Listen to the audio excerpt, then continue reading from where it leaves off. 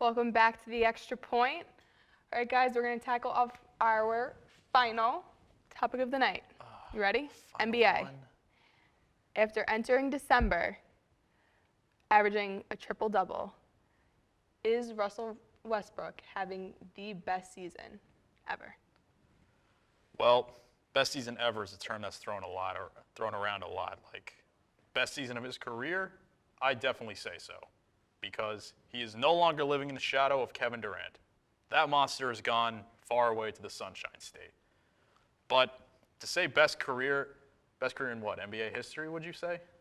I wouldn't say so. I mean, it's still too early to tell about that. Well, only time will tell. But personally, I think Russell Westbrook, I think he's finally coming into his own, because he doesn't have to live in KD's shadow anymore, and he is just genuinely angry about KD leaving. And I think that's going to be the driving factor behind him and the Thunder this year. Well, the best season in NBA history was Oscar Robertson back in the days of the Milwaukee Bucks, when it was him and Kareem Abdul-Jabbar, when they won a couple titles back in the 70s. When I look at today's NBA, it really sets Russell Westbrook up to have a season like this, because you take Kevin Durant, a guy who takes 30 shots a game, you ship him off to Oakland, and as a result, who's going to take those 30 shots that Kevin Durant had? It's going to be Russell Westbrook.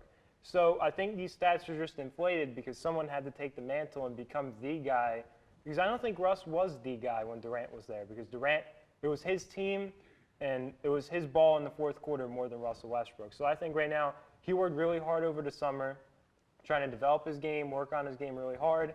But at the end of the day, it's a different NBA than what Oscar played in back in the 70s. So averaging triple-doubles going into December, because Oscar Robertson was the last player to do that, to average a triple-double into December. It's just a different NBA, and the stats are so inflated because there's no defense played, and just it's up and down pace, transition games. So more than anything else, I think that it's just a different NBA for Russell Westbrook, and I think that's what set him up to have this kind of season.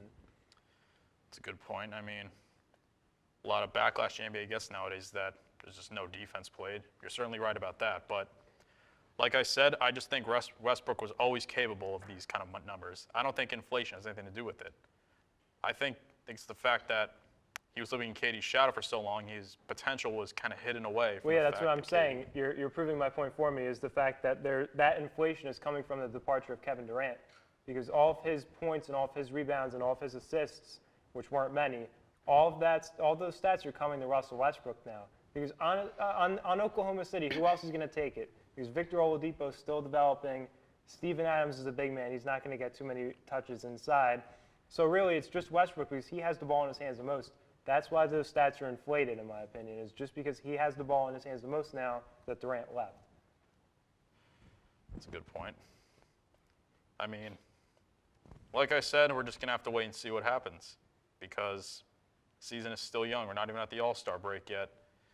And I just think we're going to have to wait and see if this plays out the way everyone thinks it'll play out for Westbrook. Well, I think no matter what, no matter how he finishes statistic-wise at the end of the year, you have to read between the lines in the seasons and the eras, because back in the 70s, trying to do that is so much more difficult than in today's NBA that has a quicker pace and just less defense. So overall, I think it's easier for Russell Westbrook to do it in today's NBA as opposed to 1970s NBA.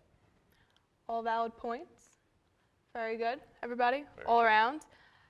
I think this was a great overall conversation on every aspect tonight. I think everyone had really great points and really drove home a lot of stuff. So I'm proud of you guys. Good job.